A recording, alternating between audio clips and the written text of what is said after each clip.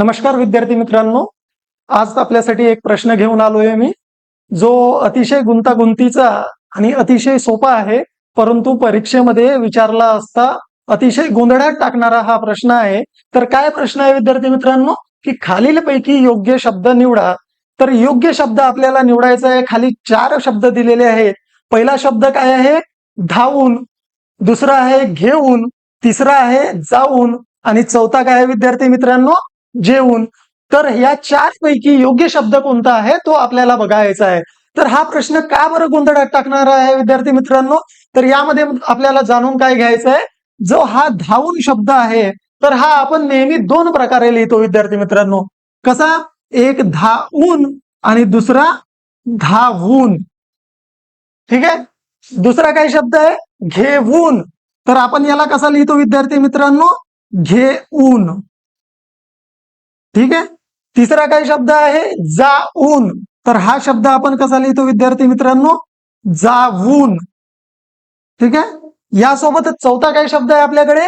जेवून. तर हा आपण काय लिहितो? जेवून. ठीक आहे. असं या दोन्ही पद्धतीने आपल्याकडे लिहिण्याची पद्धत आहे. त्यामुळे हा गोंधळात टाकणारा प्रश्न आहे विद्यार्थी मित्रांनो. तर यापैकी योग्य शब्द काय? धावून की धावून, घेऊन की घेऊन. तर हे आपल्याला समजून घ्यायचं आहे. यापैकी योग्य शब्द कोणता हे जाणून घेण्यासाठी विद्यार्थी मित्रांनो आपल्याला मराठी व्याकरणातील शुद्ध लेखनाचा एक नियम माहित असणे गरजेचं आहे.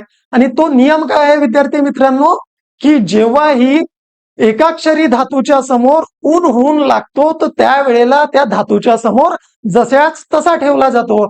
परंतु तोच ऊन होऊन इतर धातूच्या समोर जर लागत असेल तर तो त्या धातूमध्ये मिसळल्या जातो. जसं सांगायचं झालं तर यामध्ये धातू काय आहे विद्यार्थी मित्रांनो? धावून मध्ये धाव. ठीक आहे.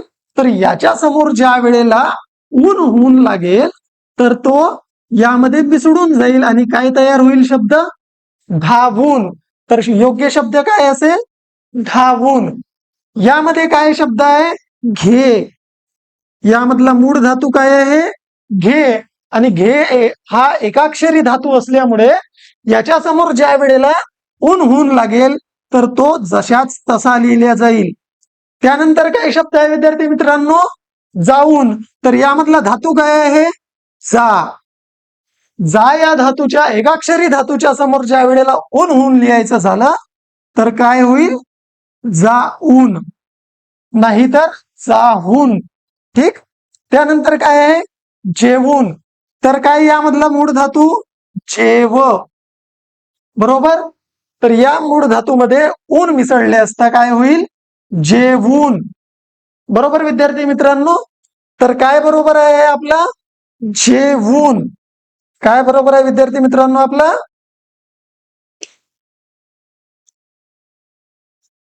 जेवून. बरोबर. इथे काय आहे? जेव. जेव असल्यामुळे काय बरोबर आहे? जेवून. जाऊन. इथे काय आहे? जा.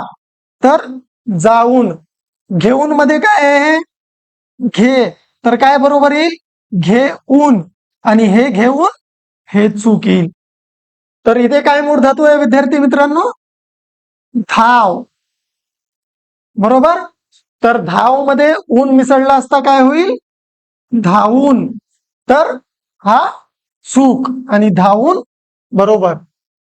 अशाच प्रकारचे मराठी व्याकरणाचे गोंधळात टाकणारे प्रश्न सोप्या पद्धतीने समजून घेण्यासाठी आपल्या सिद्धार्थ करिअर अकॅडमी या युट्यूब चॅनलला सबस्क्राईब करा, शेअर करा आणि याला आपल्या मित्रांसोबत शेअर करायला विसरू नका. धन्यवाद.